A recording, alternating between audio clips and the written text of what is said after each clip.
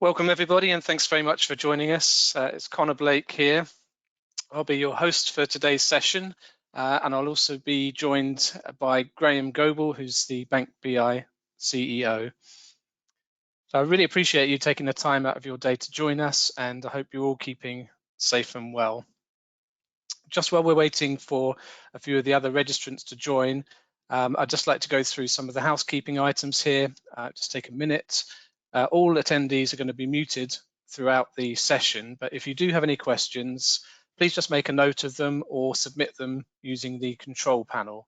So we'll try and cover all those questions that we receive during the Q&A session at the end of this webinar. But if we don't get to them, then we should be able to respond after the webinar in writing to any of those questions. There's also going to be 3 short polling questions during the webinar, so just keep an eye out for those as we go along. They'll just appear on your screen, and there'll be a question and multiple choice. So there'll be 3 choices for each of those questions as we go along. And I'll let you know, it should be obvious once those arrive.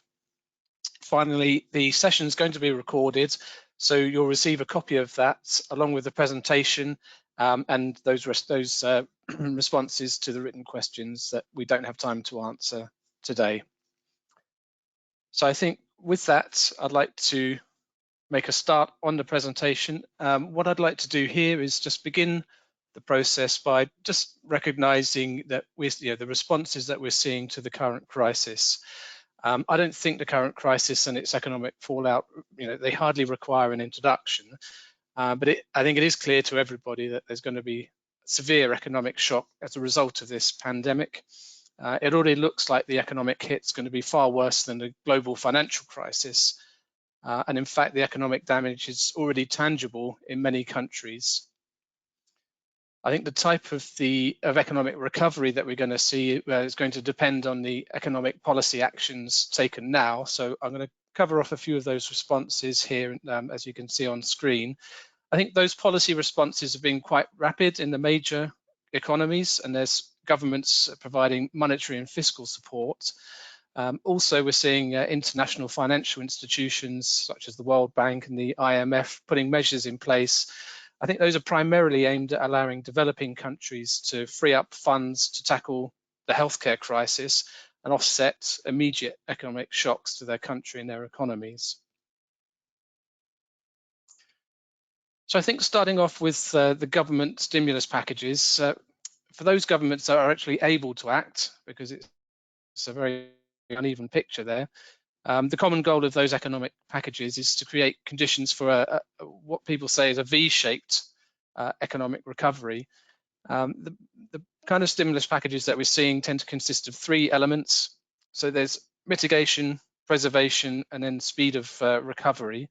So from a mitigation standpoint, that's really taking demand stimulus measures to prevent a complete collapse in economic activity. So in the short term, that means emergency support for health systems, support for workless households, and trying to avoid destitution really as far as possible. From a preservation perspective, that's taking supply side measures. So the idea is to keep workers attached to companies where possible, actually keeping those companies afloat as well, and trying to prevent supply chains from just disintegrating entirely. And I think lastly, the speed of recovery, I think what that looks like is going to very much depend on the speed of implementation of those first 2 measures. And the general expectation seems that those measures are going to have to last well beyond this immediate emergency stage of the crisis that we're experiencing. For those countries in developing markets, I think the IMF is they're offering loans and debt relief.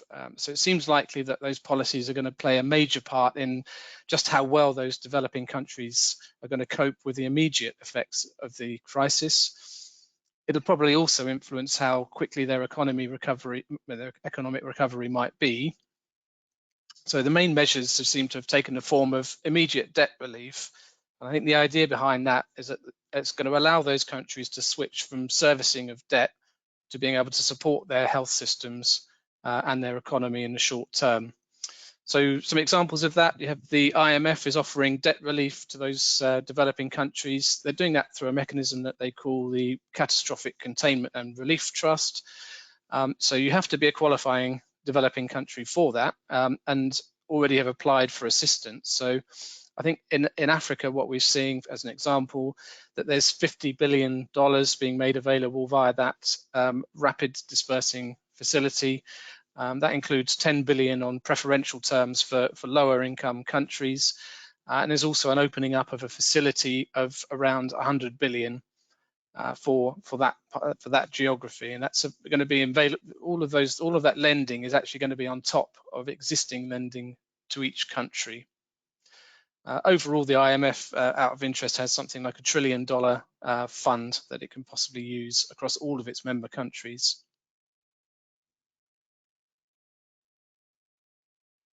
So what's happening with central banks? Well, the policy across central banks seems to focus on credit, monetary and regulatory changes, as you'd expect, really. So across the board, we're seeing a reduction in interest rates. There's also been a significant buying of government bonds and also lending freely to banks and financial institutions. We're also seeing some emerging cooperation between those central banks. So, for example, that could be swaps and other liquidity measures. A good example might be setting up facilities to provide cash for sovereign assets in their currencies, and where those are held by other central banks. Overall, the goal that these policies are having is to encourage financial institutions to extend credit to businesses to help them weather the storm at the moment. And fourthly, which is going to be the situation most relevant to, I think, most of the attendees on this call, what's happening for banks and financial institutions. So we are seeing most of the immediate measures are really being aimed at keeping essential banking services open, about protecting staff and facilitating their working from home, and also obviously helping and supporting customers at this time. So there's a number of distressed corporates as well, which we're seeing are expecting banks to be able to deliver some of the billions that are going into them from the stimulus packages where those are available, or alternatively to dip into extended liquidity that's coming from the central banks, or again looking at restructuring credit for those businesses. So the regulators really are looking for those banks to really dip into those buffers that they're providing, and they keep lending is the key message, and especially to households and businesses. So that's just a little snapshot summary of where I think we are with some of those major measures. So I think now moving on to what we're seeing in terms of management responses to the crisis. So based on feedback from our customers and the BankBI network, I think we've really seen that we can classify CFO and management responses into three main phases. So there's the emergency mode, and that's how to act, and then equally after that, how to act over the next 12 weeks, and then what the framework's going to be for the following 3 months and onwards. So clearly a number of businesses are still going to be in emergency mode, and in emergency mode, what we think is the key is keeping those essential banking services open. As I mentioned before, making sure that staff can work remotely and also supporting those urgent customer needs. A lot of the businesses we're seeing are going to be focusing on their digital and mobile channels, so making sure that those can cope with the increased demand. And at this stage, it's really a cost freeze. So we're saying that the banks are really just saying, let's put a stop on spend whilst we assess the impact of this crisis. So the next 12 weeks is going to be really all about strategic cost cutting. And that's as both businesses start to roll out new credit policies and also start to try to monitor their impact as well. So we see also that it's very likely that the focus is going to be on support for operational delivery of services and for support for customers. I think most of the businesses will also take that time to evaluate options to automate various aspects of their operations and control functions. And that includes, I think, taking a fresh look at the digitization strategies that have been in place, or taking a new look at those if that hasn't been top of the agenda. In terms of the following 3 months after that, we think that's going to be all about cost optimization, so spending wisely for maximum effect. We think this is going to be including new remote channels and accelerating digital capabilities, essentially investing in smart capabilities so you can perform advanced scenario planning and the use of tools to identify areas to cut and then monitoring progress of those measures.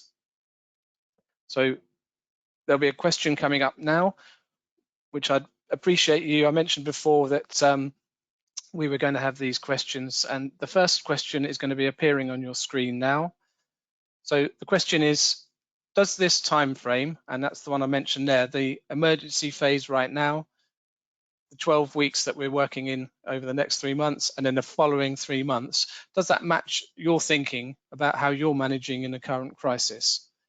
If it's yes, that we agree with that time frame, the answer is A. If it's no, we're thinking about that a further 6 months out, then that'll be B. And if you're not sure or you're still in emergency mode, then the answer will be C. So I've opened that poll now. So you should now be seeing that poll and the answers there on your screen. So if you could please take a moment to read the question and just let me know what your answers would be, that'd be great. I'll keep this open for around 30 seconds before we move on.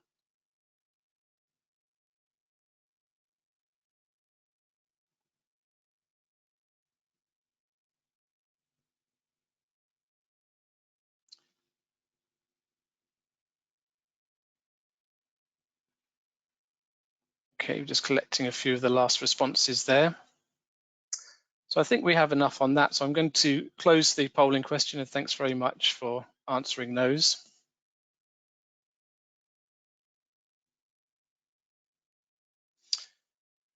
So next, I'd like to just take a quick look at what we're seeing around the rethinking of balance sheet strategy. So most of the banks and financial institutions are seeing their liquidity buffers coming under pressure. So it's going to be a challenge for many of you to be able to manage changes in liquidity, especially on a daily basis. So those sorts of difficult decisions that need to be made on how to use capital and liquidity buffers to support lending are going to be really top of mind at the moment. A number of banks are looking to recalibrate on a daily basis, and that's the effort there is to offset the risk of huge numbers of large and small businesses seeking loans and financing all at once. Many of the banks have seen credit lines and loan facilities being taken up by businesses and individuals, and that seems to be to mitigate against reduced cash flow and then potentially putting that money on deposit within the same institution or putting the money in other institutions. Some of the stimulus measures I mentioned earlier, they may well create lending opportunities, but it'll probably mean changes to profitability measurements, a need for daily balance sheet modeling and tracking of capital ratios, and also keeping an eye on net sustainability as those events unfold.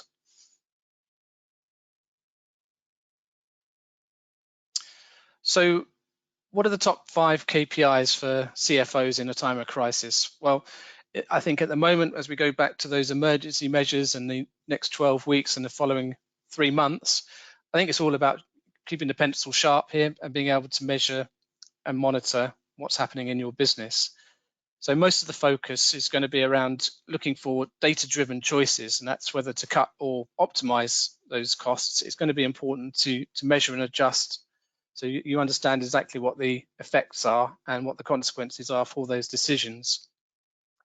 So from a liquidity perspective, it's got to be about daily monitoring of the loans and deposits. For many, this looks to be more like a whirlpool at the moment rather than a tidal inflow and outflow. Cost control means identifying costs to cut in a short and medium term. And as I talked about before, there's longer term, I think the goal is going to be to identify and remove expenses. So being able to track an effective cost optimization strategy is going to be critical. Developing contingency funding scenarios and modeling the impacts to capital ratio trends has also been something that's high on the agenda at the moment, and also tracking expected losses and how that's going to impact earnings. And CFOs have also want to evaluate loans against their changed balance sheet strategy. So that's tracking for example, portfolio at risk and understanding what proportion of the portfolio has been restructured or rescheduled or refinanced at any one time. And from a deposits perspective, it's about monitoring deposit fluctuations on a daily basis. That's particularly as your clients try to remove risk from their portfolios and they're drawing down on credit lines to increase their cash positions.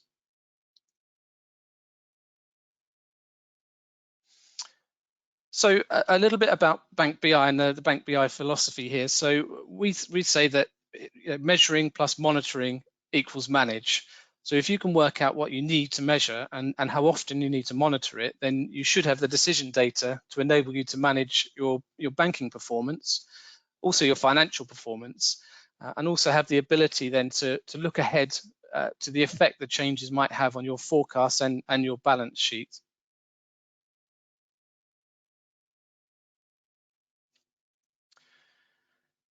So just to move into covering off some of the key data points that we think is going to be needed to help manage your daily financial and product position. So you can quickly model a balance sheet here. This is, I think, going to be very important to see what changes that are happening to your assets and your liabilities, your income statement or your capital position, and how your balance sheet strategy is moving that. So looking overall at your sustainability.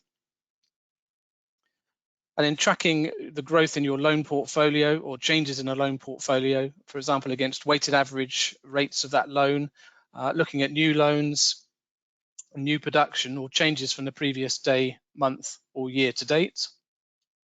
And likewise on the deposit side, being able to track key deposit indicators, so how that's related to your customers, their deposits, the average rates, those fluctuations that we mentioned, and rate trends against average rates there. And then tracking the regulatory net worth, for example. So being able to track the regulatory net worth to assets, looking at capital conservation buffers and keeping a close eye on whether you're sufficiently capitalized.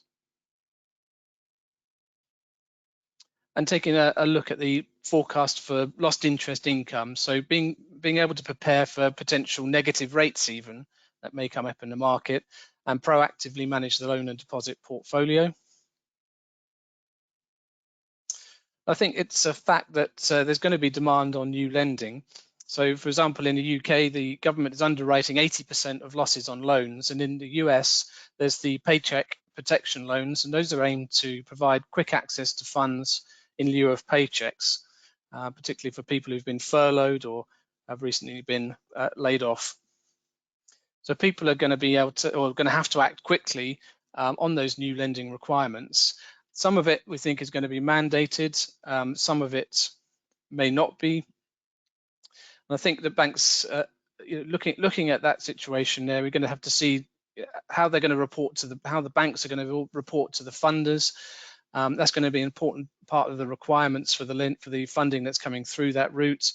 And also looking from a bank perspective, being able to check what the effects of loan rescheduling.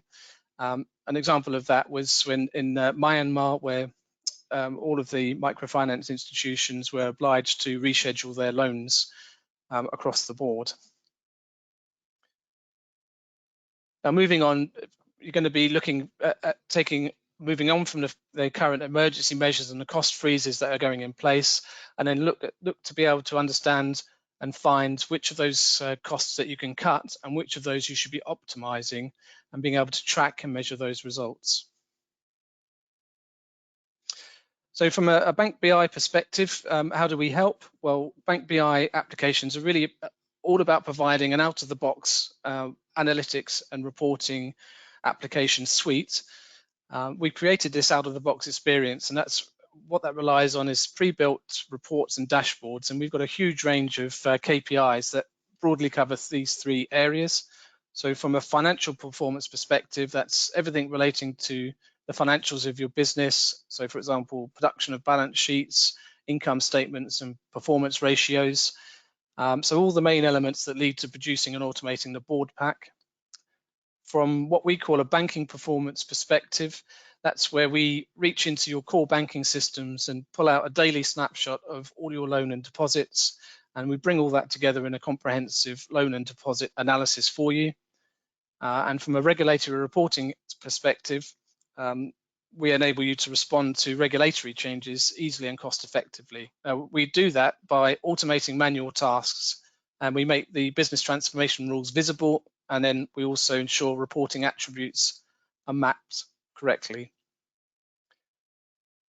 So for those of you who are not too familiar with BankBI, we're 100% focused on empowering finance to push information across the organization. So the core of our mission is to reduce pressure on finance professionals.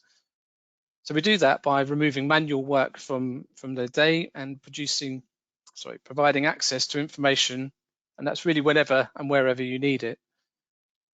I think as a testament to that type of value that we provide and the focus that we have around the CFO, in the last 6 years, our model is now being used by around about 60 customers in 40 countries.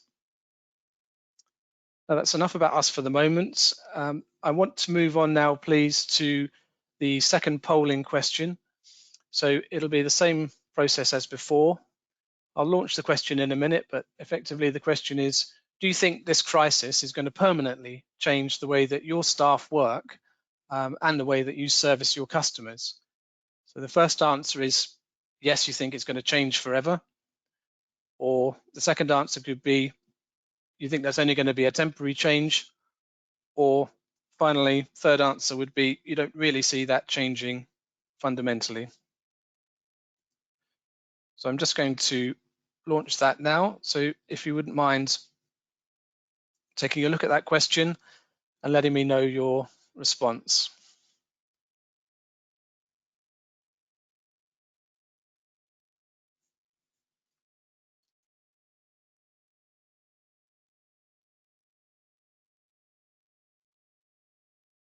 And I'll give you a little bit of time as I collect that.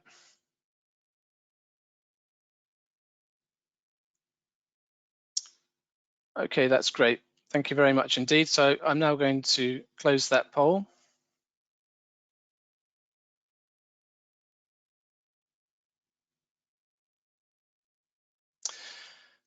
Now at this stage, I'd like to hand over to Graham. So Graham is CEO of BankBI. Now, Graham, if you just bear with me, I'm just going to hand over control to you. And if you'd like to take it from this point, if you just let me know that you have control, then I will step back. I think I have control. I'll let you know. But thank you, Connor. Yes, good day to everybody. This is Graham Goble here from BankBI. What I'd like to do is to take you through a little bit of a product tour of the BankBI solution. And I thought I'd just start from discussing a little bit more detail about the data requirements to drive our application. As Connor went through in the previous couple of slides, we have a browser-based web application that covers the financial, loan, deposit, and regulatory reporting needs of financial institutions. And the sort of data we need to drive that process comes from really two sources. One from the general ledger trial balance accounting system, and the other being an extract based on account and contract level information from the core banking system. Over on the right-hand side are just some of the cores and GLs that we have already integrated data from into our application. We are agnostic as to core systems, but obviously if we've worked with a core before, any implementation becomes easier once we've worked out how to do that. So the key message here is this information generally exists already in financial institutions. You generally will have all this information in finance in one way or another, and we have the tools that allow us to take it off premise in a depersonalized way, so we don't hold any personal customer information, and we have the tools that drive it into our cloud-based processes that support the generation of the analytics. Yeah, sorry, Connor, I don't have control, so unless it's a delayed. Okay, yes, I do, sorry. So just do a little bit of a tour then of the application. So what I've gone into here is the financial performance application. So this is a screenshot of a browser of the balance sheet. Over on the left-hand side, you can see a number of subject matter areas covering financial results, balance sheet, income statement, things like yields and margins, budgeting, forecasting, and so on. This is a daily balance sheet. So this would be driven automatically out of the box from the extracts that we take from on-premise, pushing it up into the cloud. And what this gives us the ability to do is recreate your financial statements from the GL accounts upwards to match the way you present your financial statements. So all of this is based on your own individual balance sheets and income statement. And what we're seeing here is a daily monitoring, daily movement, and the change and variance in those daily balances, the change month to date, the change relevant to your budget or your plan, and then the change from the end of last year's financial position. So this one snapshot gives quite a wealth of information covering daily, monthly, as well as to plan and to previous year end.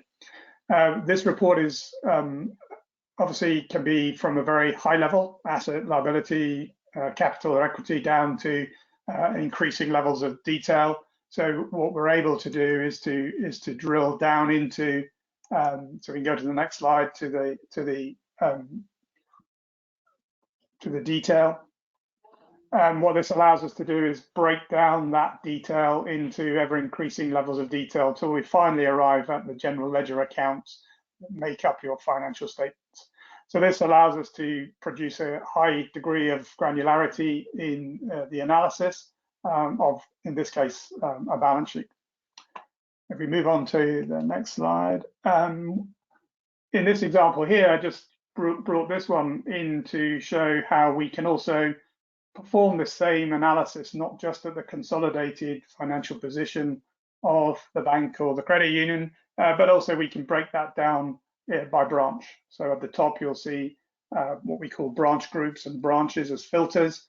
This means that if the structures are there and in place in your accounting, we can then generate the branch analytics, both at a balance sheet, income statement level, and this could be down to departmental level expenses.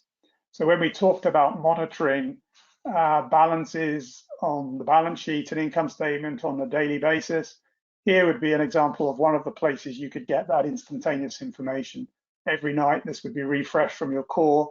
On this particular report, we're not just seeing the latest movement from one day to the next and the change this month, but on the right-hand side, we're tracking, in this case, the last 10 days. And again, this can drill right down to individual GL accounts as well. So this really does bring into focus, I think, the timeliness of the information and accelerating the analytics to a daily basis, both at a consolidated institution level as well as at a branch level. So I think hopefully very useful in today's economic situation. So we just move ahead one more. What we're saying here is on the income statement.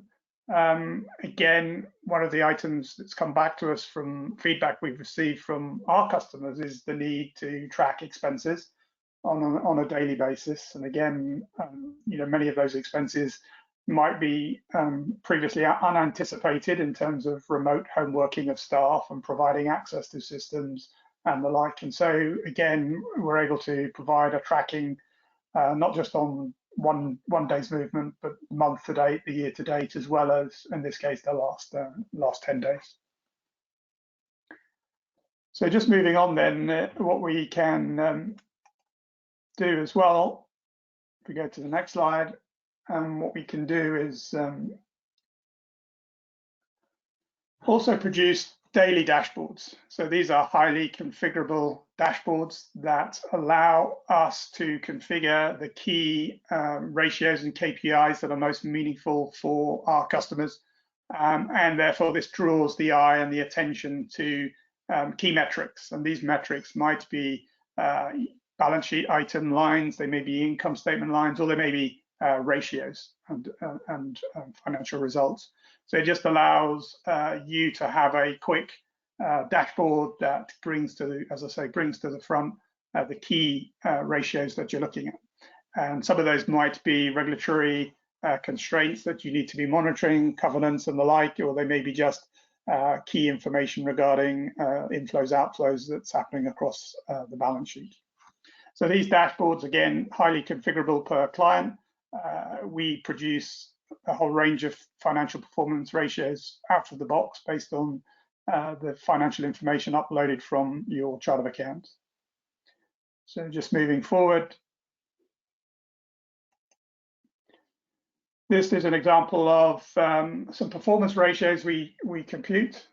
So on the top left, we've got return on assets. This is giving us, in this case, a particular value. We're able to track that value against our budget or our plan. But one of the interesting features of our application, I think, is the ability to drill below that ratio. And what I mean by that is to really understand the root cause of any changes that are driving a change in performance. So if we think about the return on assets as a ratio, it's in this case taking our monthly profitability, annualizing it, and taking that as over the average assets of the month. So if I was to click on that line of return on assets, I would drill through to the next page, and what that would give us would be the ability to see that ratio in more detail in terms of what we call a KPI breakdown. So this KPI tree analysis allows us to break out a ratio, or in this case assets, and break it out into its component parts. In this case, we're just walking down the tree of assets. We can see the monthly movement in the assets or the month-to-date movement. Then we can slowly expose more of the chart of accounts to see what's up and what's down. So in this case, in this example, we can see at the next level our investments are down, but our loans are up. We can see our allowance for loan losses are up. Moving down the lending line, we can see real estate loans are down, but personal loans are both up and business loans are down. So it's getting ever more granular in terms of what is happening as part of the financial statements. And it's allowing you to react very quickly to questions about what's happening, how is it impacting us, where is the change coming from. So once again, if we just move on one slide, what we'll see in the next slide is moving into banking performance. So everything I've just shown you from that previous few slides and product tour was really being generated from the general ledger financial accounts. What we're able to do is basically pull in as well an extract from the core banking system. So we try to leverage extracts that already exist. So typically these would be extracts you may already produce for things like asset liability management.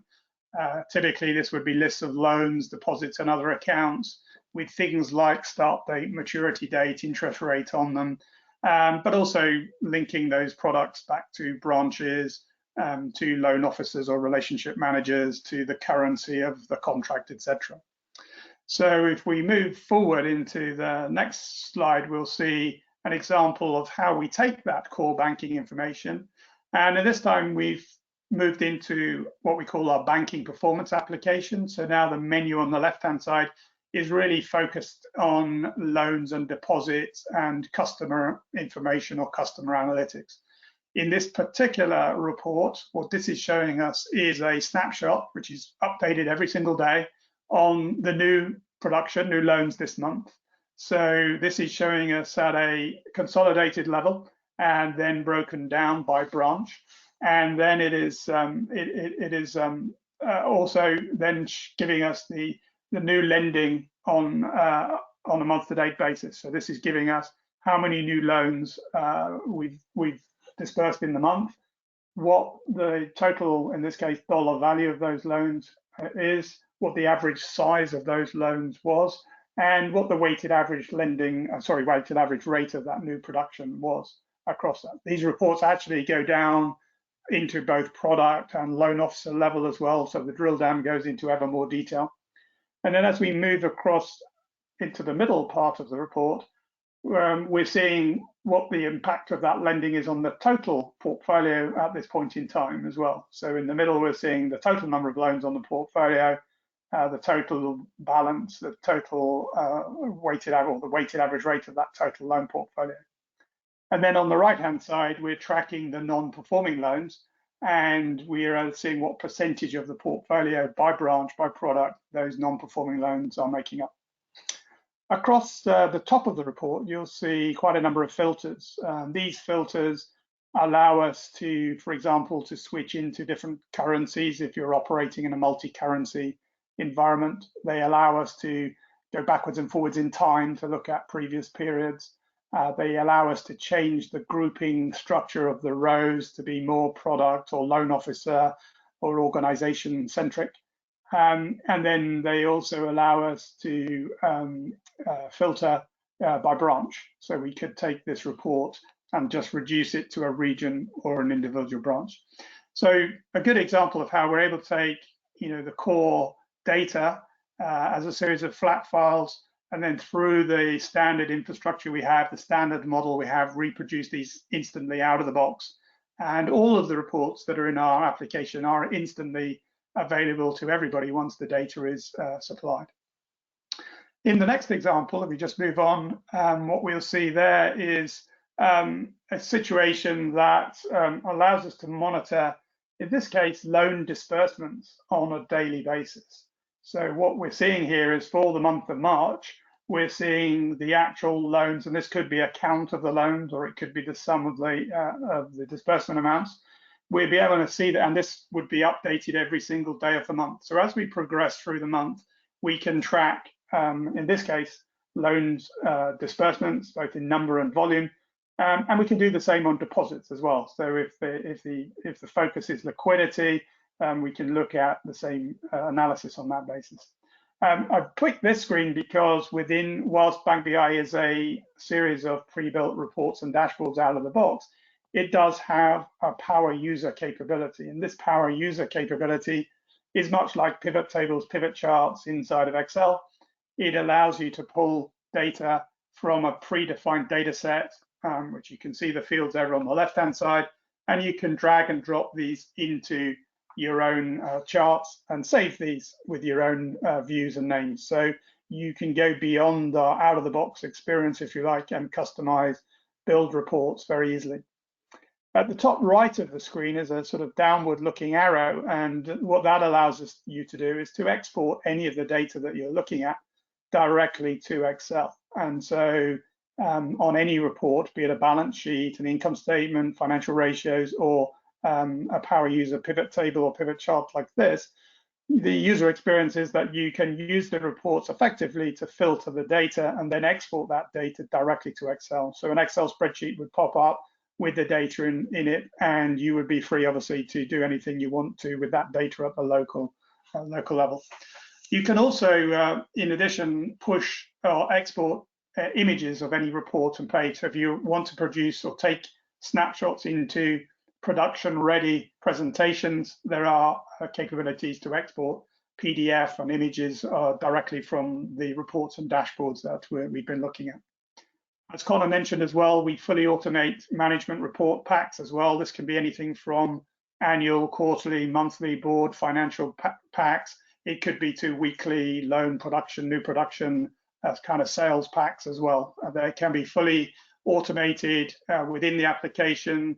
They get data refreshed, turned into PDFs as an automatic process, and this allows you then to distribute those reports from within the application. So just moving on then, if we move to the next slide, finally on banking performance, we're able to also rank performance across by a number of criteria across branches, across products, and across loan and relationship officers. In this case, this is a product performance ranking. It's ranking by the various product lines we have, both the volume of business we have, and then over on the right-hand side, it's ranking the weighted average rate of that business. So which business line is generating, in effect, the most yield, what's generating the most volume. And the same approach can be applied to branches as well as to individual loan and relationship officers. So just moving on then into the next section, that is all looking at data from the loan, deposit, core banking system and the financial statements on an overnight basis, refreshing it, first thing in the morning, so you have the latest information. But what we can also do is give you some tools to allow you to model your balance sheet and derive a forecast of your income statement and recalculate some of the key ratios looking forward. So if we move into the next screen, what we'll see on that screen is, and if we just highlight the bottom left area here, basically the screen is made up, this application page is made up into 4 sections. So the section that's highlighted here is where we can capture what we've called the adjustable parameters. So if we are sitting at 2020, looking forward, in this case 5 years, what we're able to do is look at our historical, in this case asset growth and loans as a percentage of asset ratios. So the first 2 columns are being calculated from your financial statements, and then the next 5 columns are open for you to input your predictions. So in this particular case, I've predicted a reduction in my assets by 10%, and I've changed the loans as a percentage of assets down to 50%. So this allows us then to create some what-if modeling parameters. This covers various aspects of the balance sheet, like loan rates, investment rates. It looks at the liability side, so focusing on what you might call relationship funding versus term or price-sensitive funding. And it's allowing you to adjust both the balance sheet composition of those funding balances as well as the associated cost of funds rates that goes with that. On the income statement side, we're looking at what proportion of loans are going to be charged off. We're looking at what we think our fee income will look like as a percentage of assets. And then down below, we can estimate or forecast changes in our expense as we go forward. So as we change those parameters on the left-hand side, so the section on the right-hand side updates in real time. And what happens is those parameters ripple through the balance sheet as it stands now, forecasting in the top section, the balance sheet looking forward, in this case, for the next 5 years. And then as we play those balances and those rates through, then it ripples through into the income statement underneath in the bottom section of that grid. So moving then to the top left, what that does is once we've recreated the forward-looking balance sheet and income statement, we're able to compute key ratios like return on assets, return on equity, and say the capital ratio. And then over on the right-hand side, we're tracking the capital ratio against the target capital ratio, if you like, that you would need to maintain. So it's really giving you a chance to play with, model the what-if parameters on the bottom left, recreate the financial statements, check the key ratios and the impact of those assumptions, and then chart some of the key ratios. So just moving on then, Connor, please. Connor mentioned to you that we had 60 customers in 40 countries. And so we have been in existence for just over 6.5 years now, and we are cloud only. And so I think our ability to work remotely from our customer base is well proven. With those 60 customers in 40 countries, we certainly have not traveled to all of those countries. And so we are able to both do business and implement solutions remotely using today's technology. Our deployment of our solution is based across or using Microsoft Azure. And in the United States, that's run solely out of United States deployment in South and North Central Texas and Illinois. In the rest of the world, we run internationally out of Northern Europe of Azure, which is Dublin.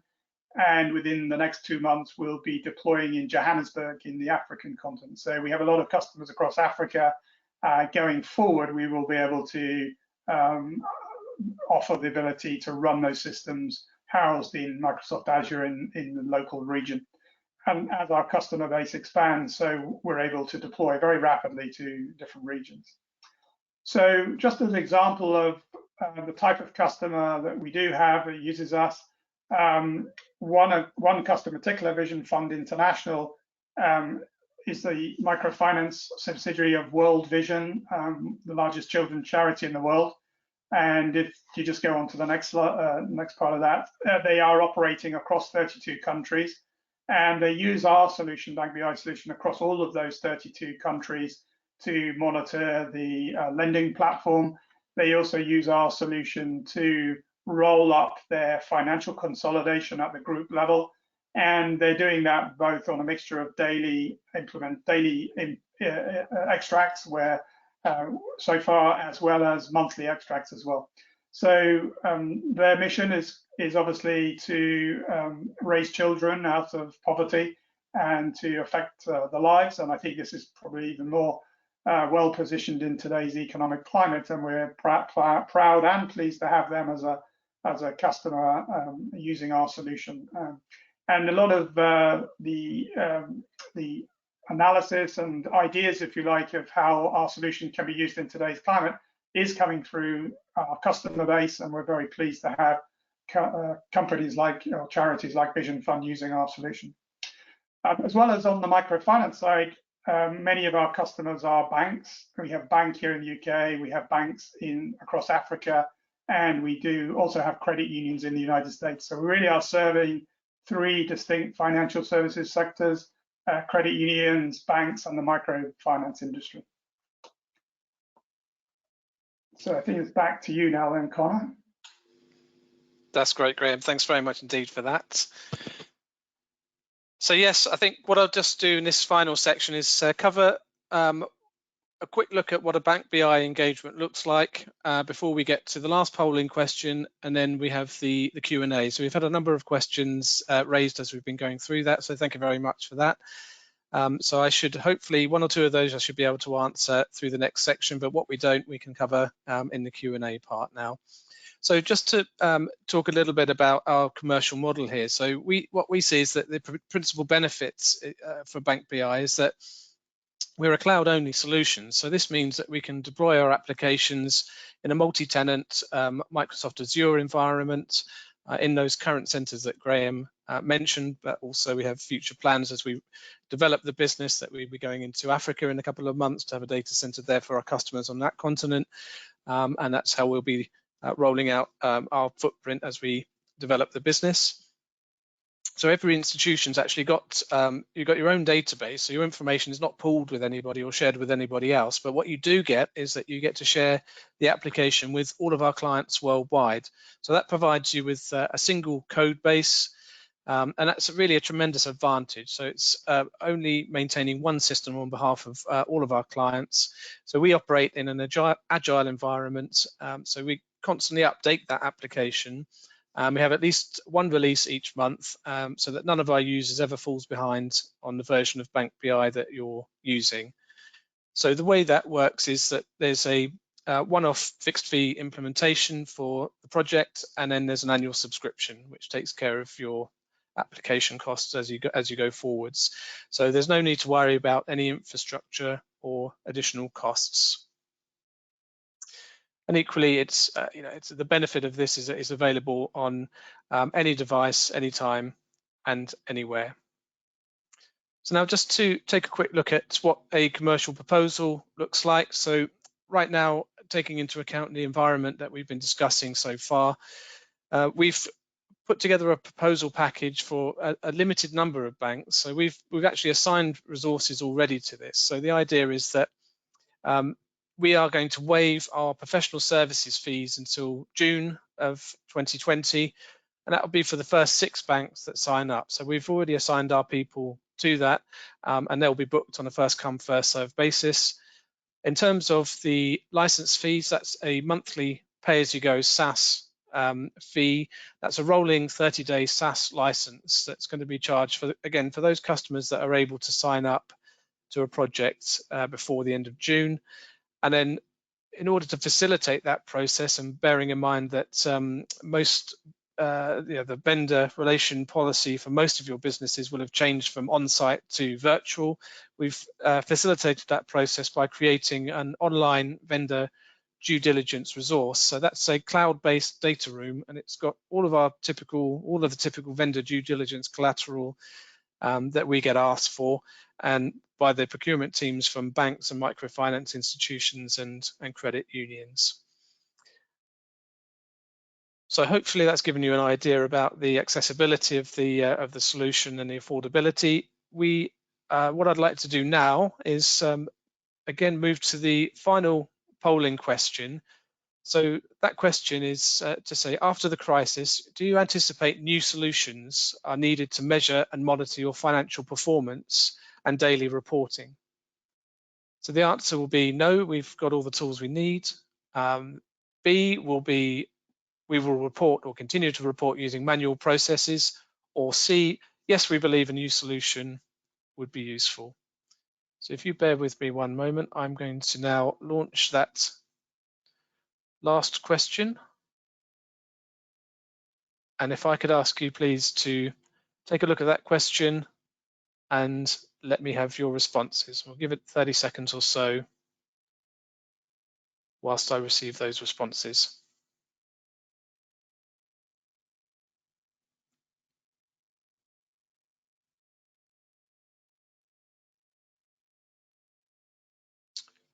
Great, so I think we're just still collecting a few responses. I think that's fine. So thank you very much indeed for answering that. And I'm going to now close that polling question. And with that, I'd like to move into the question and answer section. So I've been keeping an eye on the questions that have been submitted today. There's been quite a few, so thank you very much indeed for your interest and for your questions. I've tried to answer either publicly or privately for the shorter answer questions as we've been going through. Any of those that we don't get to today, I will be providing a written response, and I'll include that with the follow-up information after the webinar. So Graham, I think perhaps if I could ask you to answer this. We've had one question here, which is, can you explain the online vendor due diligence process you referred to earlier? Yes, so as you said, Connor, we've set up a data room which basically contains all of the typical insurance, security policies, procedures, disaster recovery plans, all of the typical things that we would be required to provide in vendor due diligence. We've made those already available in a data room. And then we would typically facilitate a video conference with the procurement team so that instead of meeting in person, we can meet virtually across the internet. So I think we're just trying to facilitate a streamlined way of getting through some of the key vendor due diligence processes that will no doubt be changing as we go forward. That's great. Thanks very much. I think we've got time to squeeze one more question in because we're at the hour already, so just to respect people's time. But just to ask a question, we have, how long does a typical project last and where would you start? So we always start with financial performance and taking the general ledger balances. You can go live with the financial performance piece, which allows you to recreate all of the income statement. We could, depending on the source data availability, we typically can get a bank up and running within 1 to 2 months. We would actually be having data flowing into the system within a few days based on providing the data.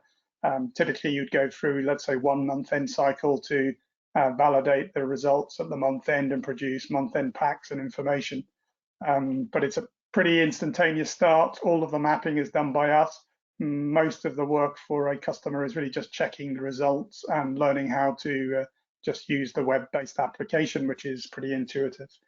After that, we'd move on to the banking performance, the general ledger, the core lending and deposit piece. Can be done all together, or as I say, can be broken into different parts depending on requirements. Total project would be in the order of 1 to 2 months. That's great. And I guess just to add that those projects can all be completed remotely because we're a cloud-based application. Yes, absolutely. So majority of our projects, in fact, they're all done remotely. In some cases, we've come on site to do requirements gathering or training. but even that can be done remotely using the usual tools that we're all available and familiar with. Excellent. Well, as I say, we have had a number of different questions that have come through. It's going to take us a little bit longer to answer those. So I think what I'll do is I'll take those in offline and answer those in writing and share them with everybody that's been here. I think just remains for me now to finally invite those anybody who would like to is on this webinar to register free of charge to our online demo system. So you can navigate your way around that, or alternatively get in touch with me, just book a meeting and I can help you navigate that and give you any background information you might like.